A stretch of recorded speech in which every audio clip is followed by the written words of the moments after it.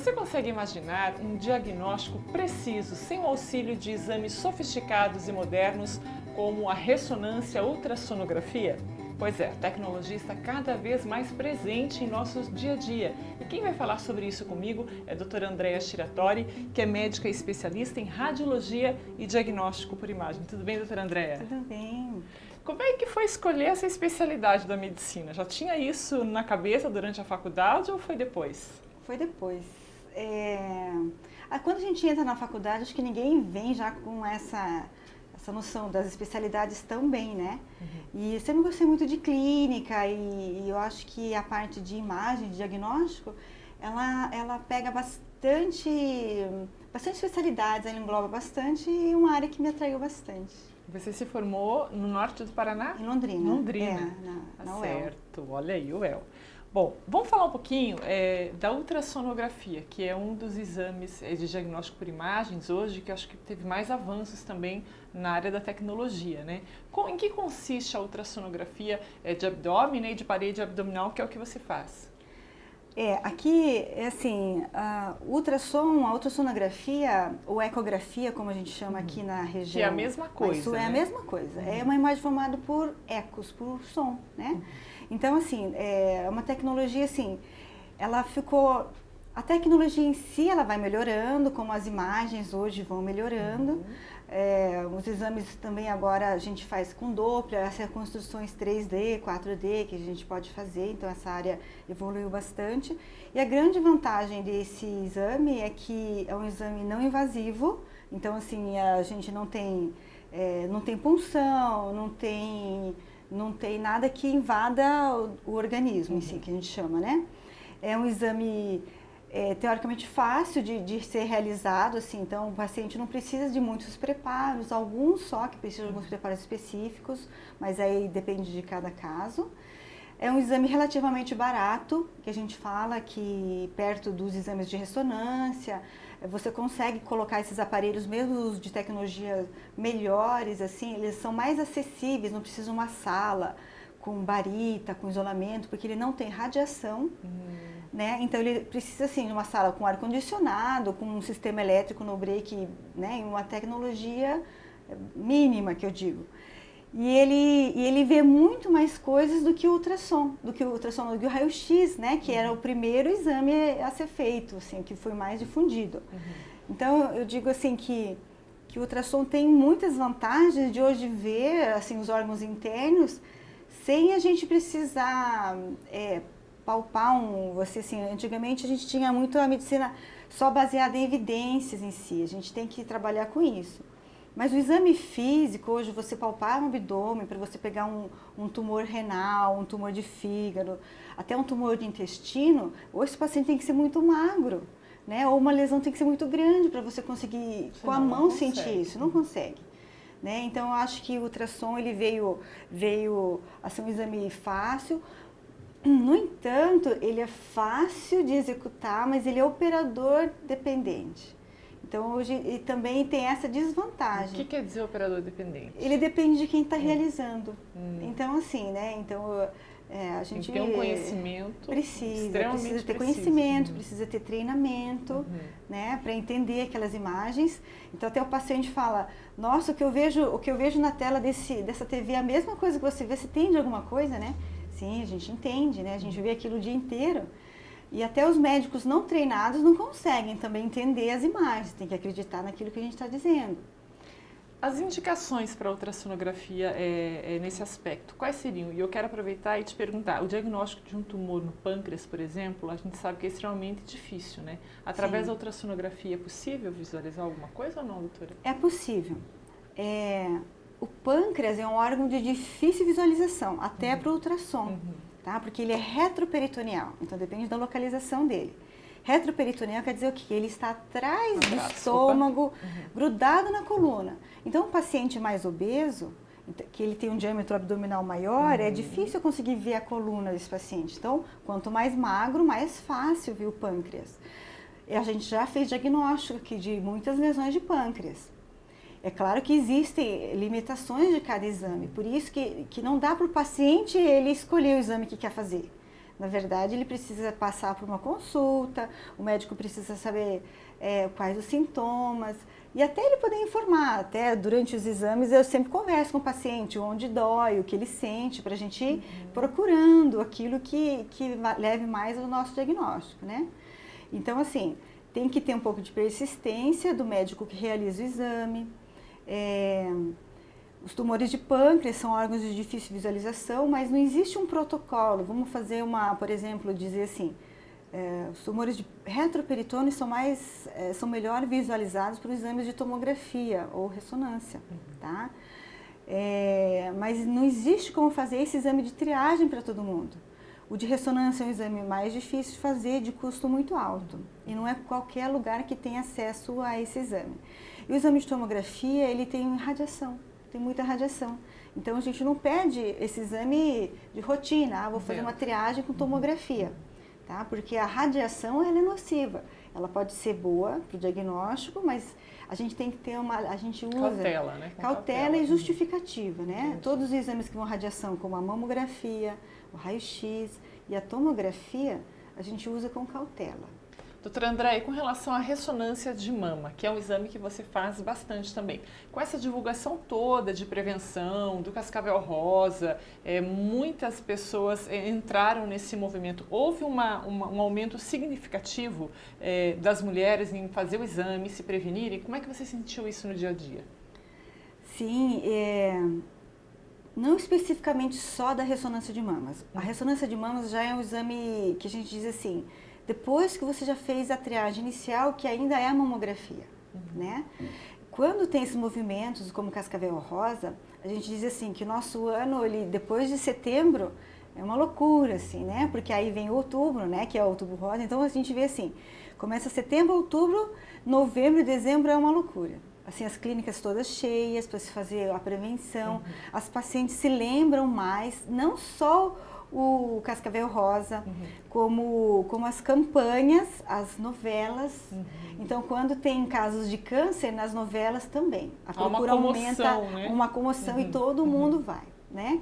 E, infelizmente, assim, a gente tem feito muito diagnóstico, sim, porque o câncer de mama é um câncer da mulher moderna. Vocês sabiam disso? Sim. O câncer de mama, ele é um câncer da mulher moderna, é um câncer da mulher que tem menos filhos, uma mulher que ela vai ter filhos depois dos 30 anos, não, né? Vai amamentar. Não vai amamentar por muito pouco tempo, vai ter poucos filhos, então a gente está mais expostas. E quando a gente vai entrar na menopausa, a gente prolonga a nossa vida fértil, assim, de atividade, pelo menos, assim, e a gente repõe os hormônios. Né? Então a gente está mais exposta, tanto é nas regiões, por exemplo, que são mais nos grandes centros, a gente tem uma incidência maior de câncer de mama e nas regiões assim menos habitadas, menos desenvolvidas assim socialmente, as mulheres elas têm muito mais câncer de colo de útero, porque aí elas têm mais exposição ao vírus do HPV e também tem muitos filhos. Então eu digo assim, a mulher ela está exposta ao câncer de mama quanto mais ela cicla. Então, o que era? Antigamente as mulheres menstruavam com 12, 13 anos, casavam com 16, 17 e tinham um filho quase por ano até quase entrar na menopausa, né? Então, isso protegia a mulher. Agora, um filho, 2 filhos, aumentar por 1 ano é pouco, tá? Então, ainda a prevenção é muito importante. Tá, aí no caso você estava comentando sobre, vamos falar sobre o protocolo mais ou menos, ou então sobre o que deve ser feito.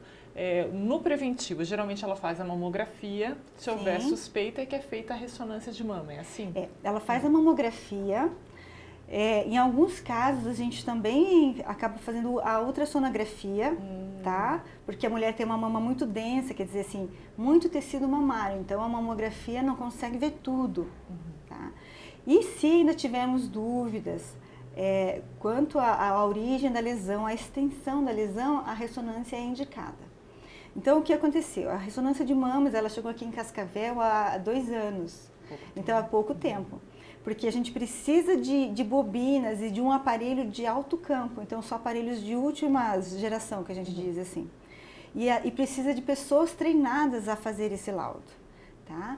Então, o que a gente diz? É um exame difícil de ser avaliado e ele é melhor avaliado se a gente tiver experiência com os outros dois métodos. O que é? A gente usa todos eles. Então, assim, conseguir correlacionar ele com a mamografia, com o ultrassom e a ressonância ajudam muito, tá?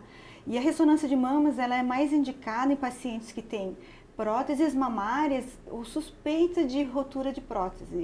Essa é a indicação absoluta dele, ele não tem dúvidas, assim. Olha, e é uma coisa comum hoje, que a maioria das mulheres usam prótese hoje, né? Isso. Então, se ela tem suspeita de rotura, a mamografia e o ultrassom, elas são inferiores para isso. Mulheres que têm o diagnóstico, esse histórico familiar muito forte de câncer de mama, que elas fizeram aqueles testes genéticos, que hoje também estão sendo introduzidos no Brasil. Foi o teste, por exemplo, que a Angelina Jolie fez. E recentemente uma jornalista também da BBC, né, de Londres, ela até chegou a marcar e na internet foi uma comoção também, porque ela chegou a fazer uma festa de despedida das mamas. Mesma situação da Angelina Jolie, né? É uma coisa assim, acaba virando uma coisa meio espetaculosa. Mas no Brasil já estão fazendo, então, esses testes? Já estão fazendo, em Cascavel também já tem algumas pessoas fazendo, sim. Qual que é a tua posição a respeito disso, doutora, sobre essas mulheres que resolvem extirpar e já se precaver para não ter no futuro um problema dessa natureza? Já tem um posicionamento sobre isso?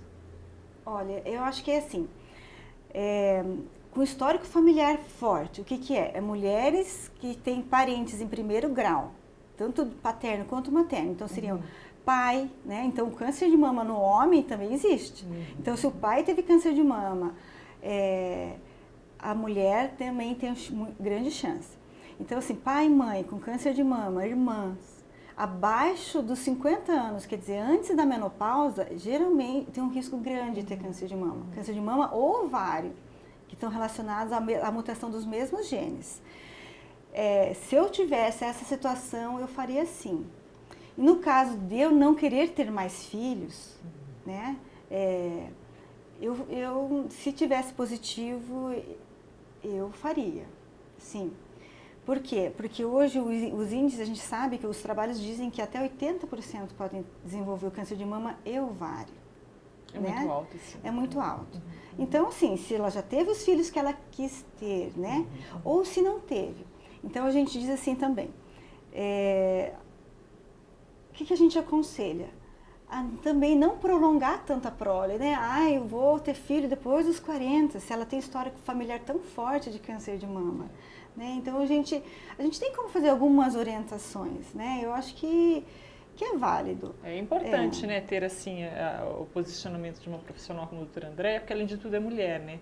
E é um tema polêmico, muita gente condena, critica, mas só estando, passando por aquela situação é que você pode realmente saber, né, o que deve ser feito para preservar a si, a sua integridade, a sua saúde, a sua vida, né, doutora Andréa? Não é uma situação fácil, realmente. Outra indicação importante da ressonância, assim, já existem alguns protocolos que dizem assim, que as mulheres que têm esses genes positivos, né, começam a fazer o protocolo para triagem de câncer de mama antes dos 35 anos. E essas mulheres têm mais risco, sim, de desenvolver câncer também com a exposição à radiação. Então, essas podem ter, sim, já tem alguns estudos, trabalhos, alguns protocolos dizendo que elas têm indicação de fazer ressonância de mama, sim. Mas ainda em Cascavel, assim, eu acho que tem que conversar muito com o seu médico. O aconselhamento que o mastologista faz para a família daquela mulher que teve câncer de mama, geralmente eles já aconselham, olha, suas filhas ou seus irmãos devem fazer assim, esse acompanhamento, pelo menos anual, e a gente estuda caso a caso. Eu acho que é importante a gente estar, pelo menos, ciente, bem informado daquilo que a gente pode fazer, não ficar assim, desesperado, achando que todo mundo, porque a tua irmã teve, você vai ter, é diferente, né? A gente tem que avaliar. Exatamente, tem que fazer essa avaliação rigorosa, criteriosa. Para finalizar, doutora Andréa, com relação, voltando agora à questão da ultrassonografia da parede abdominal, que uma coisa que é recorrente, que a gente ouve muito falar em diagnóstico de hérnias, né? Sim. A ultrassonografia também é indicada para essa situação. É assim, eu propriamente não faço o de hérnia. Até a gente pede assim, o paciente, se ele puder saber, até perguntar para o médico, quando ele solicita alguns exames, doutor, o senhor está pedindo esse exame para ver o quê, né? Por quê? porque a gente tem que mudar a sequência dos exames ali e até a gente fala assim, o transdutor, que é aquele aparelhinho que a gente passa na barriga do paciente, a gente trabalha com frequências diferentes. Então, assim, o exame de mama é diferente do exame de hérnia, que é diferente do exame de tireoide, diferente do exame de abdômen, tá? Para quem acha que é só passar, né, e vai verificar. É o mesmo aparelho em si, mas a programação dele é diferente.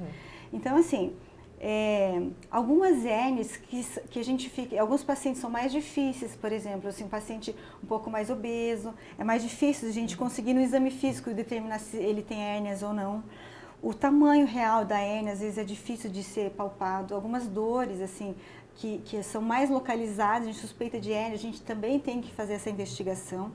Então, quem realiza é o profissional aqui comigo, aqui a gente tem a equipe, e os outros que também fazem cirurgia. E o exame, ele tem que ser direcionado ao médico que também vai operar.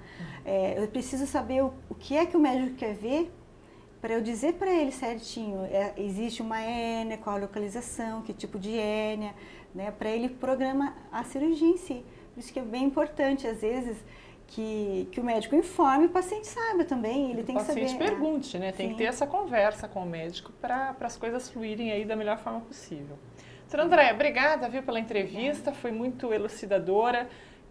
Você que está em casa pode mandar mais sugestões através do jornalismo@medicinesaude.tv.br.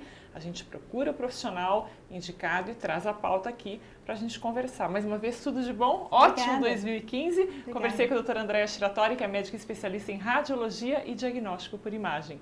A gente se encontra. Até lá.